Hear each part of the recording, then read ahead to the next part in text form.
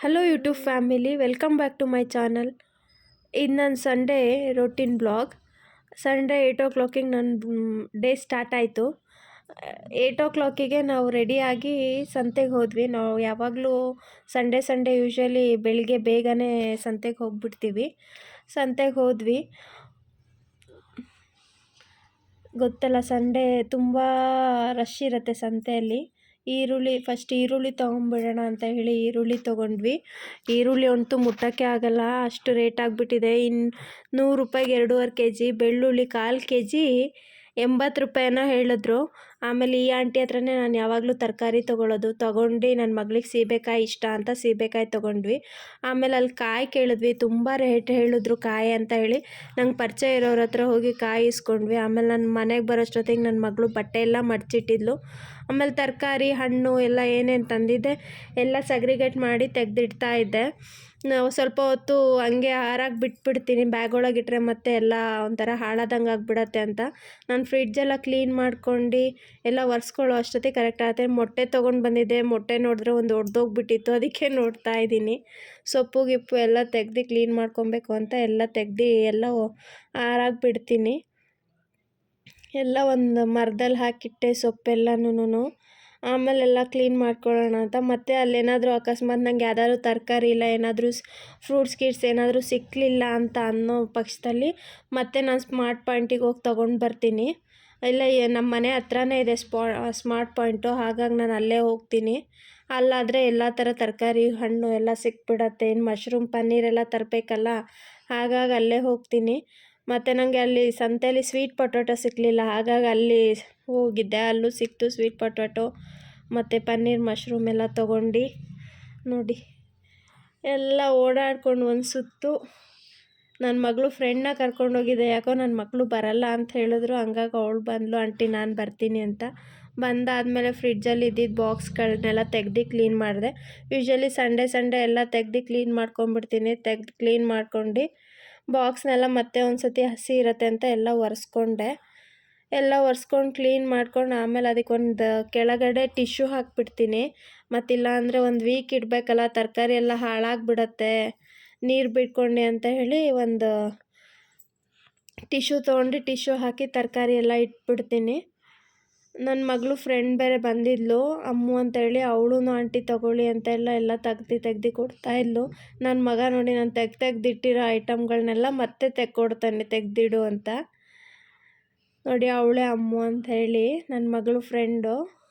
ಅವಳು ಎಲ್ಲ ಸೊಪ್ಪು ಗಿಪ್ಪೆಲ್ಲ ತೊಗೊಂಡು ಬಂದಿದ್ನಲ್ಲ, ಅದನ್ನು ಸಪ್ರೇಟ್ ಬಾಕ್ಸಲ್ಲಿ ಹಾಕ್ಬಿಡ್ತೀನಿ.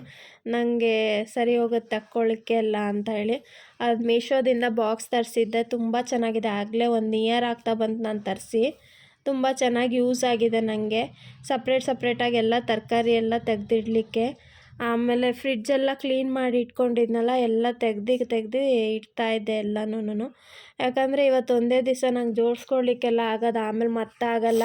ಜೋಡಿಸಿ ಇಟ್ಕೊಂಡ್ಬಿಟ್ರೆ ನನಗೆ ಕ್ಲಿಯರ್ ಆಗಿಬಿಡತ್ತೆ, ಕೈಗೆ ಬೇಗ ಸಿಗತ್ತೆ. ಬೇರೆ ಟೈಮಲ್ಲಿ ನಾನು ಆಫೀಸಿಗೆ ಹೋಗೋದ್ರಿಂದ ಸರಿ ಹೋಗುತ್ತೆ ಬೆಳಗ್ಗೆ ಹೊತ್ತು. ಮತ್ತು ಮಕ್ಳಿಗೆ ರೆಡಿ ಮಾಡು, ಸ್ಕೂಲು ಅದು ಇದು ಅಂದ್ಕೊಂಡಾಗಲ್ಲ ಅಲ್ಲ. ಒಂದೇ ಕಡೆ ಇದ್ದರೆ ಎಲ್ಲ ಕ್ಲೀನಾಗಿ ಸಿಕ್ಬಿಡೋದಂತ ಅಷ್ಟೇ. ಕ್ಲೀನಾಗಿ ತೆಗ್ದಿಟ್ಕೊಂಡೆ ಎಲ್ಲನೂ. ಕ್ಲೀನ್ ಮಾಡಿ ನೋಡಿ ಎಲ್ಲ ಎಷ್ಟು ಕ್ಲೀನಾಗಿ ಜೋಡಿಸಿ ಕ್ಲೀನಾಗಿ ಕಾಣ್ತಾಯಿದೆ. ಹಿಂಗಿದ್ರೆ ನನಗೂ ಖುಷಿ ಅಡುಗೆ ಮಾಡಲಿಕ್ಕೆ. ಎಲ್ಲ ಕ್ಲೀನ್ ಮಾಡ್ಕೊಂಡು ಈವ್ನಿಂಗ್ ಆದಮೇಲೆ ಮತ್ತೆ ಎಕ್ಸಿಬಿಷನ್ ಹೋಗೋಣ ಅಂಥೇಳಿ ಮಕ್ಕಳು ಹಠ ಮಾಡ್ತಿದ್ರು ಅಂತ ಎಕ್ಸಿಬಿಷನಿಗೆ ಹೋದ್ವಿ. ಮಕ್ಕಳೆಲ್ಲ ಚೆನ್ನಾಗಿ ಎಂಜಾಯ್ ಮಾಡಿದ್ರು ಎಕ್ಸಿಬಿಷನಲ್ಲಿ. ಚೆನ್ನಾಗಿತ್ತು ಎಕ್ಸಿಬಿಷನ್ ಎಕ್ಸ್ಪೀರಿಯನ್ಸ್ ಈ ಸತಿ.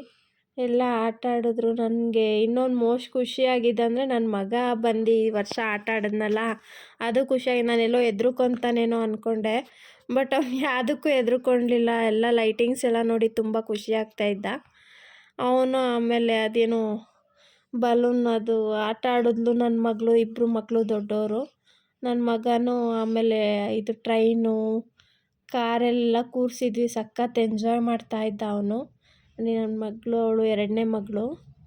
ನನ್ನ ಮಗನ ಕಾರಲ್ಲಿ ಕೂರಿಸಿದ ತಕ್ಷಣ ಸ್ಟೇರಿಂಗ್ ಇಟ್ಕೊಂಡು ಫುಲ್ ಖುಷಿಯಾಗಿ ಆಟ ಆಡ್ತಾಯಿದ್ದಾನೆ. ಎಂಜಾಯ್ ಮಾಡ್ದ ಅವನು. ಮತ್ತು ಇಬ್ರಿಗೂ ಒಂದೇ ಕಾರಲ್ಲಿ ಕೂರಿಸಿ ಆಟ ಆಡಿಸಿದ್ವಿ. ಅದು ನಾನೆಲ್ಲೋ ಹೆದ್ರುಕೊಂತಾನೆ ಇರಲ್ಲ ಅಂದ್ಕೊಂಡೆ, ಬಟ್ ಇಲ್ಲ, ಆಟ ಆಡ್ದ ಲಾಸ್ಟ್ ತನಕನೂ ಚೆನ್ನಾಗಿತ್ತು. ಸಂಡೇ ಸಂಜೆ ನೈಟ್ ತನಕ ಅಲ್ಲೇ ಕಳೆದ್ವಿ. ಬಂದಾದ್ಮೇಲೆ ಮತ್ತೆ ನಂಗೆ ಟೆನ್ಷನ್ ಇತ್ತು, ಅವರೆಕಾಳು ಬೇರೆ ತಂದುಬಿಟ್ಟಿದ್ದೆ ಅಂತ. ಎಲ್ಲ ಕೂತ್ಕೊಂಡು ಅವರೆಕಾಳು ಸುಲಿದೆ, 1.5 kg ಅಷ್ಟಿತ್ತು, ಎಲ್ಲ ಸುಲಿದು ನೈಟ್ ಊಟಕ್ಕಂತ ಹೇಳಿ ಪನ್ನೀರ್ ಫ್ರೈಡ್ ರೈಸ್ ಮಾಡ್ತಾಯಿದ್ದೀನಿ. ಪನ್ನೀರ್ ಫ್ರೈಡ್ ರೈಸ್ಗೆ ಬಾಣಲಿ ಇಟ್ಕೊಂಡು ಎಣ್ಣೆ ಹಾಕಿ ಈರುಳ್ಳಿ ಹಾಕಿದೆ, ಚೆನ್ನಾಗಿ ಚಾಪ್ ಮಾಡಿದ್ದೆ ಈರುಳ್ಳಿ. ಆಮೇಲೆ ಶುಂಠಿ ತುರಿದು ಹಾಕಿದ್ದು. ಬೆಳ್ಳುಳ್ಳಿ ಏನು ಹಾಕಲ್ಲ ಇದಕ್ಕೆ, ಶುಂಠಿ ಅಷ್ಟೇ. ತುಂಬ ಚೆನ್ನಾಗಿರುತ್ತೆ, ಶುಂಠಿ ಫ್ಲೇವರ್ ಬರ್ತಾ ಇರುತ್ತೆ. ಎಲ್ಲ ಚೆನ್ನಾಗಿ ಫ್ರೈ ಮಾಡಾದ್ಮೇಲೆ ಒಂದು ಕ್ಯಾಪ್ಸಿಕಮ್ ಸಣ್ಣದಾಗಿ ಕಟ್ ಮಾಡಿ ಒಂದು ಕ್ಯಾಪ್ಸಿಕಮ್ ಹಾಕಿದ್ದೆ. ಕ್ಯಾಪ್ಸಿಕಮ್ ಹಾಕಿದ್ಮೇಲೆ ಸಿಜ್ವಾನ್ ಚಟ್ನಿ ಬರುತ್ತಲ್ಲ, ಅದು ಒಂದು 2 ಸ್ಪೂನ್ ಹಾಕಬೇಕು. ಅದೇ ತುಂಬ ಟೇಸ್ಟ್ ಎನ್ಹಾನ್ಸ್ ಮಾಡುತ್ತೆ ಇದಕ್ಕೆ. ಒಂಥರ ತುಂಬ ಚೆನ್ನಾಗಿರುತ್ತೆ ಸಿಜ್ವಾನ್ ಚಟ್ನಿ ಹಾಕಿದ್ರೆ. ಅದು ಹಾಕಿ ಆಮೇಲೆ ಸಾಲ್ಟ್ ಹಾಕಿ ಅರಿಶಿನ ಪುಡಿ ಹಾಕಬೇಕು. ಅರಿಶಿನ ಪುಡಿ ಹಾಕಿ ಆಮೇಲೆ ಖಾರದ ಪುಡಿ, ಆಮೇಲೆ ಸ್ವಲ್ಪ ಚಿಕನ್ ಮಸಾಲ, ಆಮೇಲೆ ಗರಂ ಮಸಾಲ, ಸ್ವಲ್ಪ ಪೆಪ್ಪರ್ ಹಾಕಬೇಕು. ಎಲ್ಲ ಚೆನ್ನಾಗಿ ಫ್ರೈ ಮಾಡ್ಕೋಬೇಕು. ಚೆನ್ನಾಗಿ ಫ್ರೈ ಆದರೆ ಸ್ವಲ್ಪ ಟೇಸ್ಟ್ ಚೆನ್ನಾಗಿರುತ್ತೆ ಅಂತ ಅಷ್ಟೇ. ಪೆಪ್ಪರು, ಅರಿಶಿನ, ಖಾರದ ಪುಡಿ, ಸಾಂಬಾರು ಪುಡಿ ಅಂತ ಇದ್ದೀನಿ, ಗರಂ ಮಸಾಲ ಎಲ್ಲ ಹಾಕಿಬಿಟ್ಟು ಚೆನ್ನಾಗಿ ಫ್ರೈ ಮಾಡ್ಕೊಬೇಕು. ನಾನು ಒಂದು 200 ಗ್ರಾಮ್ ಅಷ್ಟು ಪನ್ನೀರ್ ತೊಗೊಂಡಿದ್ದೀನಿ.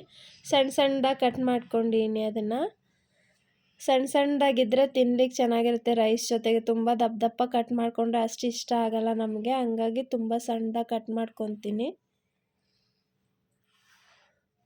ಸಣ್ಣದಾಗಿ ಕಟ್ ಮಾಡ್ಕೊಂಡು ಹಾಕ್ಕೊಂಡು ಫ್ರೈ ಮಾಡ್ಕೋಬೇಕು. ಅದನ್ನು ಚೆನ್ನಾಗಿ ಫ್ರೈ ಆಗಬೇಕು.